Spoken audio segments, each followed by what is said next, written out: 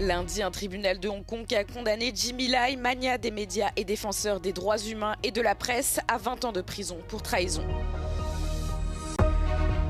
Le Premier ministre conservateur Anutin Charnvirakul remporte une victoire claire lors des élections anticipées de dimanche en Thaïlande. Un tribunal de Hong Kong a condamné Jimmy Lai, le magnat des médias et défenseur des droits de l'homme le plus en vue de la ville-État, à 20 ans de prison.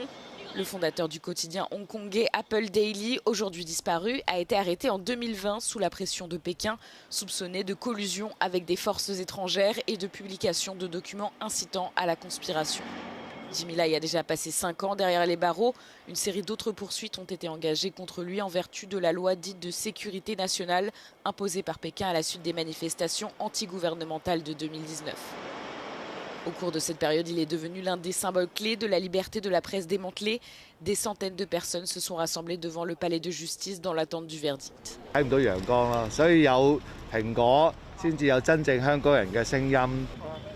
3 membres pro-Pékin du panel judiciaire avaient requis la prison à vie, mais dans le cas de Jimmy Lai, âgé de 78 ans, même une peine de 20 ans signifie qu'il risque de rester derrière les barreaux pour le reste de sa vie.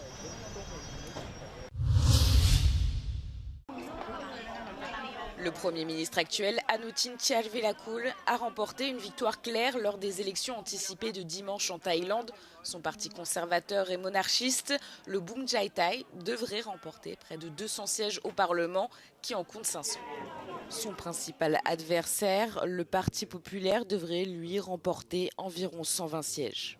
At this moment, our people have given us more than what we expected this morning. So we owe our voters a fortune, and we will only repay them by working at our utmost to bring all the good things to them and to our country.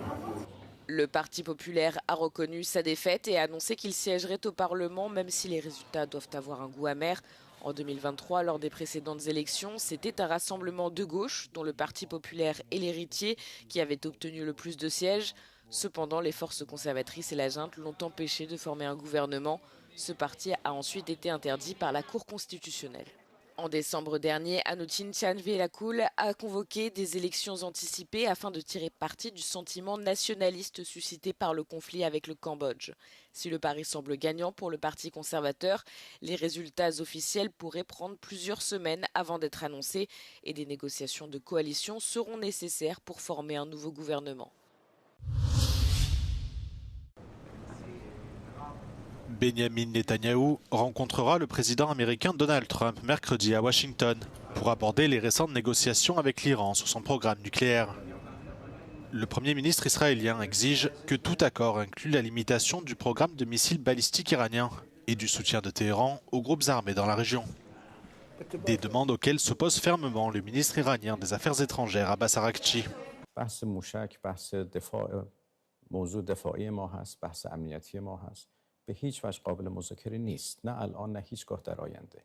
Les pourparlers entre les États-Unis et l'Iran ont repris vendredi à Mascate, 8 mois après que Washington a frappé des sites nucléaires iraniens lors de la guerre dite des 12 jours avec Israël.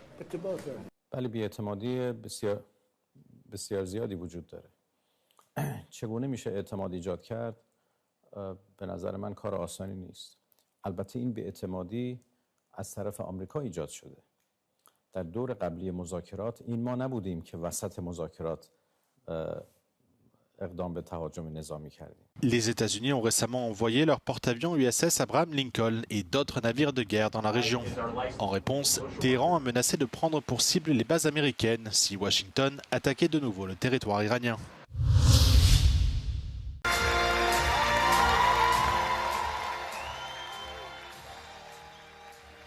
Sem surpresas, António José Seguro venceu de forma clara as eleições presidenciais, garantindo uma maioria confortável à segunda volta, com quase 67% dos votos. Seguro é também o primeiro presidente do Espaço Socialista em 20 anos e regressa agora à primeira linha da política nacional. No discurso de vitória prometeu ser um presidente exigente e vigilante, mas nunca um contrapoder. Reafirmo a promoção de relações profícuas com o Parlamento e com o Governo. Prometi lealdade e cooperação institucional com o Governo, cumprirei a minha palavra. Jamais serei um contrapoder, mas serei um presidente exigente com as soluções e com os resultados. De son côté, André Ventura a reconnu sa défaite dès dimanche soir, tout en se félicitant d'avoir offert à son parti le meilleur résultat de son histoire. Pour la première fois, plus d'1,5 million de voix se sont portées sur Chega, la formation d'extrême droite conduite par André Ventura. Avec près de 33% des suffrages, André Ventura a rassemblé davantage d'électeurs que le camp gouvernemental aux législatives de mai dernier. Acho que a mensagem dos portugueses foi clara. Lideramos a direita em Portugal, lideramos o espaço da direita em Portugal e vamos em breve governar este país. No papel, pelo menos, foi uma derrota, mas André Ventura sente-se reforçado após esta noite eleitoral. Diz ser o líder de um movimento imparável que mais tarde ou mais cedo vai conseguir transformar Portugal pelo povo contra as elites.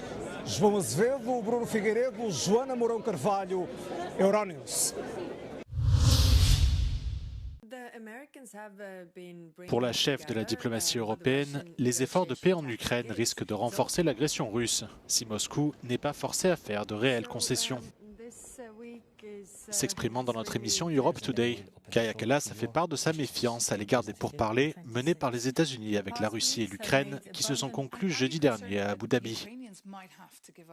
Well, we haven't seen Russia really taking the talk seriously because, while Ukraine already agreed to unconditional ceasefire over a year ago, then Russia keeps on bombing. I mean, just yesterday we heard how they're bombing civilian infrastructure all the time.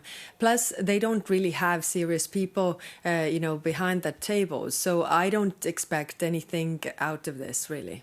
Kaja Kallas salue les efforts de l'administration Trump pour rapprocher les deux parties, mais elle souligne que le déséquilibre reste flagrant en termes de concessions. Selon elle, Moscou continue d'exiger un maximum absolu, tout en négociant par des menaces et des ultimatums.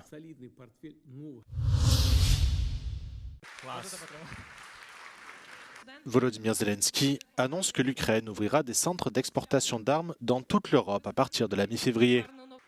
S'exprimant lundi lors d'une réunion à l'Institut d'aviation de Kiev, le président ukrainien a déclaré que la fabrication de drones était déjà opérationnelle au Royaume-Uni et qu'elle commencera bientôt en Allemagne, puis dans d'autres pays européens dans le courant de l'année. Дуже обнадійливо те, що відкривається експорт. 10 експортних центрів в Європі буде вже в 26-му році. Це і Німеччина, і Балтійські держави, і Нордік держави. Тобто 10 представництв в 26-му році будуть працювати. В Німеччині всередині лютого ми будемо бачити вже виробництво наших дронів в Німеччині. Я прийму перший дрон, це лінія, яка працює. В Британії лінії виробництва працюють. Це все наші українські технології. Le président ukrainien a souligné que la fabrication de drones est devenue le secteur économique le plus important en Ukraine depuis le lancement de l'invasion russe en 2022. Selon Volodymyr Zelensky, environ 450 sociétés ukrainiennes sont impliquées dans la production de différents types de drones, qui jouent un rôle crucial dans la guerre qui dure depuis bientôt 4 ans.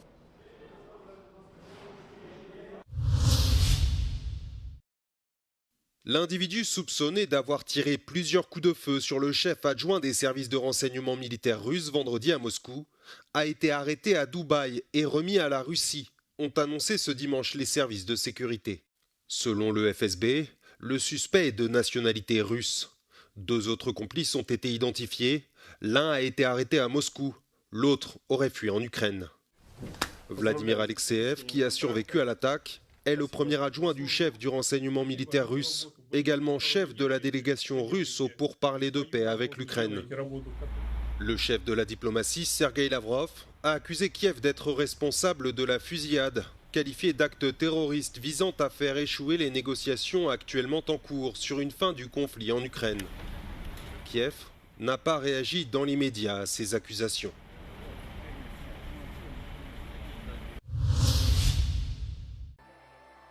Dimanche soir, la superstar portoricaine Bad Bunny a occupé le devant de la scène au Levi's Stadium de Santa Clara, en Californie, pour offrir une performance exceptionnelle en tant que tête d'affiche du Super Bowl américain. Il est ainsi devenu le premier artiste latino-américain solo masculin à se produire lors du spectacle de la mi-temps, ainsi que le premier à performer entièrement en espagnol. Déjà controversé pour avoir été choisi pour le concert principal, le chanteur de trap latino, l'un des artistes les plus écoutés au monde, a interprété 8 chansons issues principalement de son dernier album, Debí Tirar Más Fotos, lors de la 60e édition du plus grand événement de la NFL. Tout juste après avoir remporté le Grammy Award de l'album de l'année, Bad Bunny a été rejoint par les icônes de la musique Lady Gaga et Ricky Martin.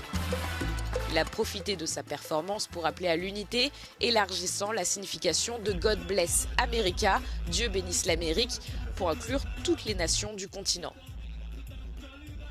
Sa prestation n'a pas été sans susciter les critiques du président américain Donald Trump, qui a qualifié la performance sur les réseaux sociaux d'affront à la grandeur de l'Amérique.